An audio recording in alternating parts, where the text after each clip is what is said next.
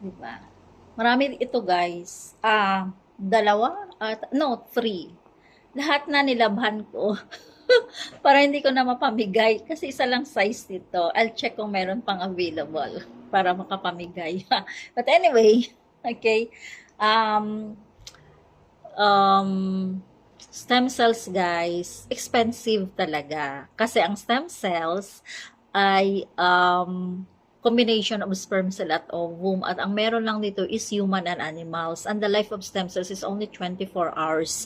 Kaya, injection is very expensive. But you have to check on that. Ano yung source noon? Yun ba galing sa humans? Okay, pag tao naman, yung source noon ay healthy ba?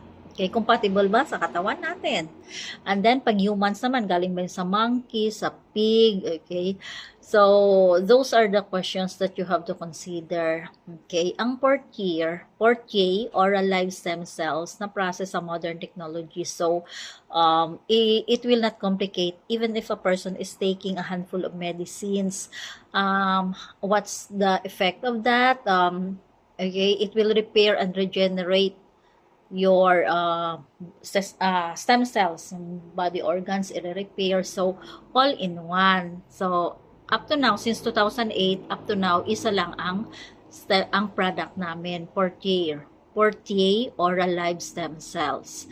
Now, in 7th edition, pwede sa buntis, pwede sa infants, pwede sa babies, the oldest person in your house.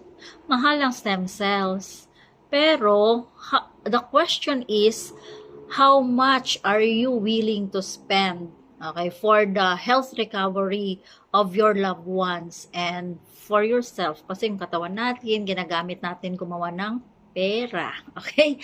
So, ang question lang dyan is, gaano mo kamahal sarili mo? Expensive nga ang Portier, pero ikaw ba, mura lang. Di ba? And the good thing here, the company has the opportunity, the company is giving us the opportunity to to do business. So, what we do here, kasi wala naman kaming endorsers, is ikaw, na take mo yung product, okay, you tell people around you the awareness of the product.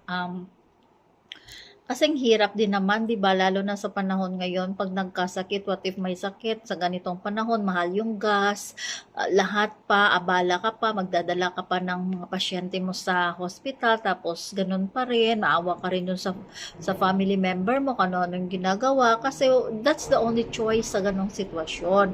Pero kung someone already introduced to you Portier, take it na kasi mas safe pa ito compare sa mga kung ano-anong iniinom na mga medicines kasi medicines can damage the liver and the kidney.